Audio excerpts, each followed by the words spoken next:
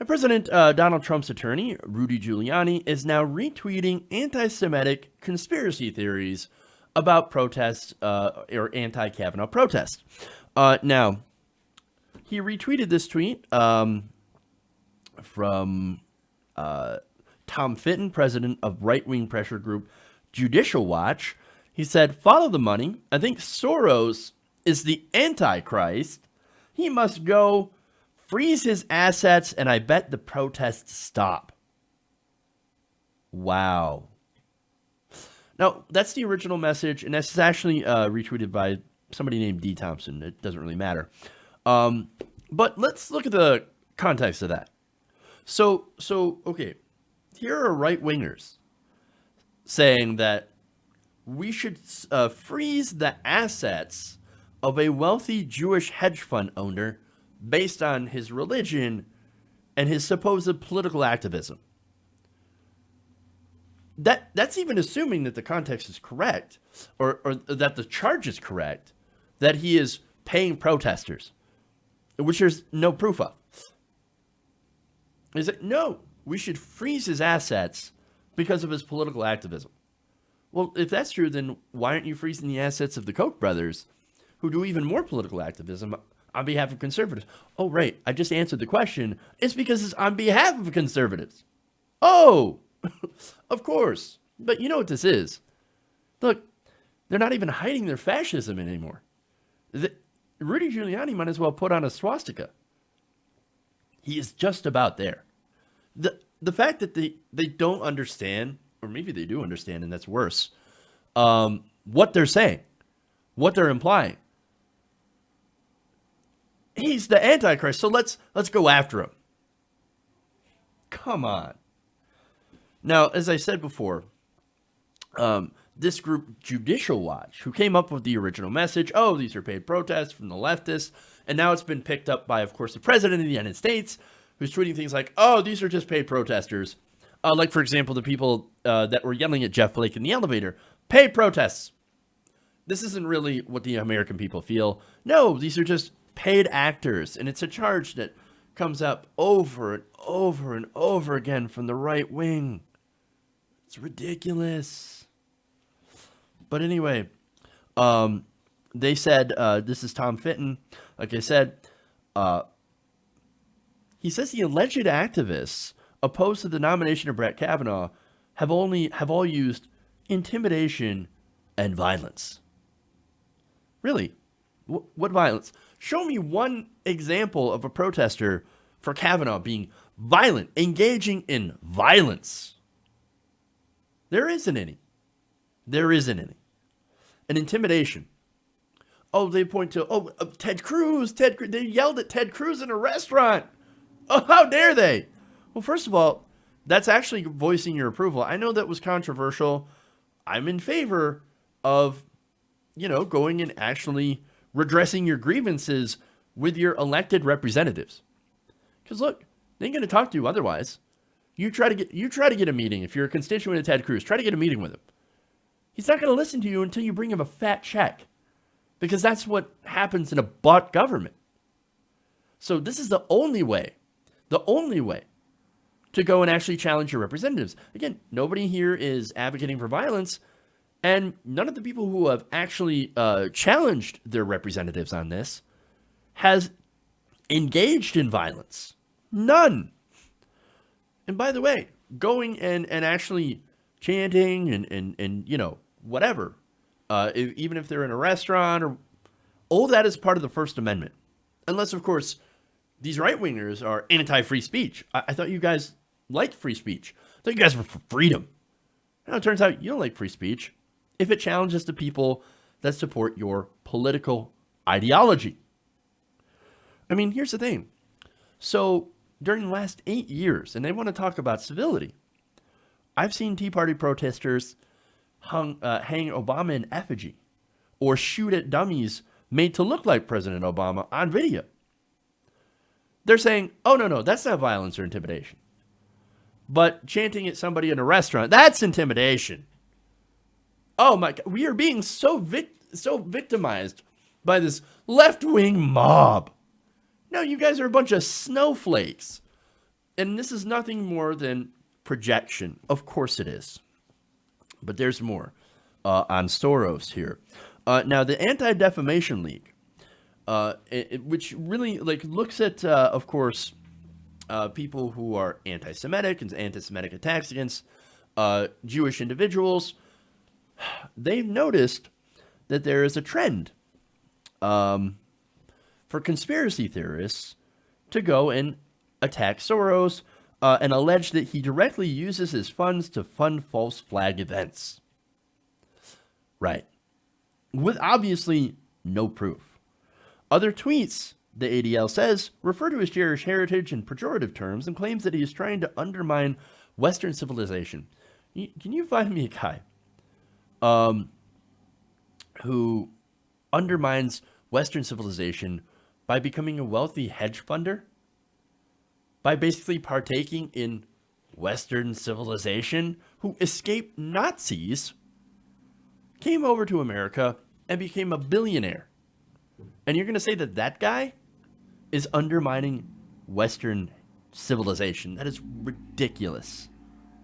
That is absolute conspiracy bullshit. And it just boggles my mind that people actually think like this, but they do. But they do. They're out there. They walk among you. And again, I got my problems with Soros, right? You know what? I don't want his money in politics, but I don't want Koch brother money in politics either. But if you want to talk about money in politics and what his money does go to, because look, he does give to liberal causes, right? You want to talk about that? That's an honest discussion. Like, hey, I don't want anybody's money in politics. I want publicly funded elections because I think money has an outweighed advantage over the people's voices. Completely fair. And you want to talk about he's the Antichrist. Then you have gone off the deep end and there's no reaching you. I don't want to reach you. And if you're retweeting anti-Semitic things, I don't want to reach you. I don't care for you. I think you're deeply hateful and wrong. That's the kind of people we're dealing with, right? But there's more. Vox also reported that National Review columnist John Fund had helped to spread these rumors about anti-Kavanaugh protesters, the one that's, of course, that the president and now the president's attorney are retweeting and spreading around. Now, Fund claimed that two women who confronted Senator Jeff Flake in an elevator worked for the Center for Popular Democracy. Now, the Center for Popular Democracy has received some funding from Soros Open Society Foundation, according to these claims. Fund writes that evidence that, quote, Acorn's tactics live on in the senator's elevator confrontation with activists from a Soros-backed group.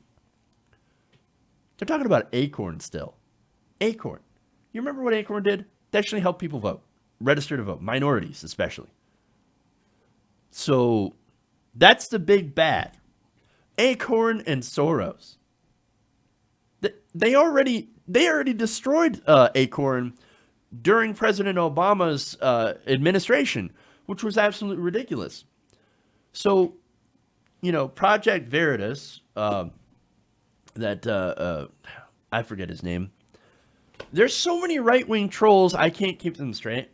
But this guy dresses up in a pimp hat and a pimp outfit, selectively edits his videos, and manages to convince Democrats in order to get rid of Acorn. Ridiculous. This is what they do, man. They lie, they cheat, they steal, they destroy, they obfuscate. And then, of course, they show that they're some of the worst people in the world by retweeting anti-Semitic bullshit nonsense. But Fund's evidence, he says, was that the women work for the Center for Popular Democracy, as I said before, that got some money from apparently Soros. Look, I know this sounds crazy, guys, but even if they did work there, maybe these women actually work there because that's what they believe. Maybe they're of like mind in protecting their own rights. I'm just saying. I know that's a shock because there are some conservatives out there that only do this for the money. I mean, when there's no money behind a conservative action, we've seen what happens. Look at the Tea Party protests, right? When they first started, large crowds, people getting bussed in from all over. And then during the Obama administration, during the Obama years, when the Tea Party fell out of favor with the Koch brothers, like 20 people would show up. Money makes a big difference on the right. And so, of course, they go and they project. And they say, well, we pay our protesters. We pay people at our rallies. We astroturf. Obviously, the left does it too, right? Right? No, they don't. There are people that actually care, regular American citizens that actually give a shit. And yes, turns out when you band together into these groups of like-minded people, your power is amplified. And there's nothing wrong with that.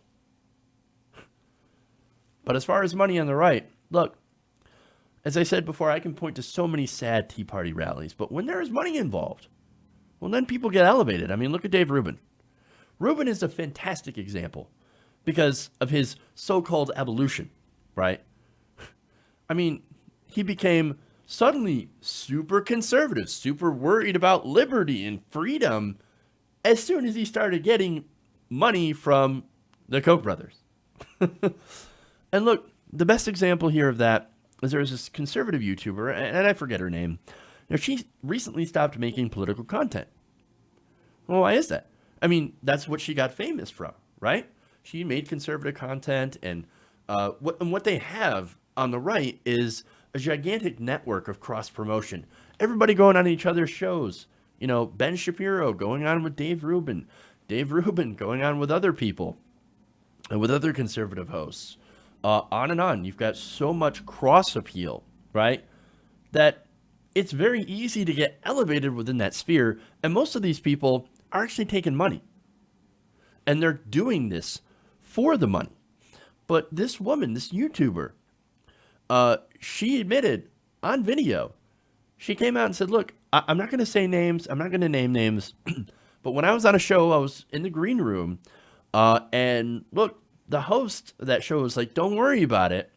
I actually don't believe the stuff that I'm saying. I just don't. But it gets a reaction from the audience. And of course, they end up getting views, they end up getting clicks, and they end up getting a lot of money from this. So, and my guess, it probably is Dave Rubin, but it might not have been.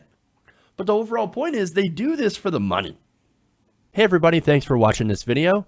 If you want to see more like this, please hit the subscribe button below. And if you want to support truly independent progressive media, please consider becoming a patron at patreon.com/TYTNation.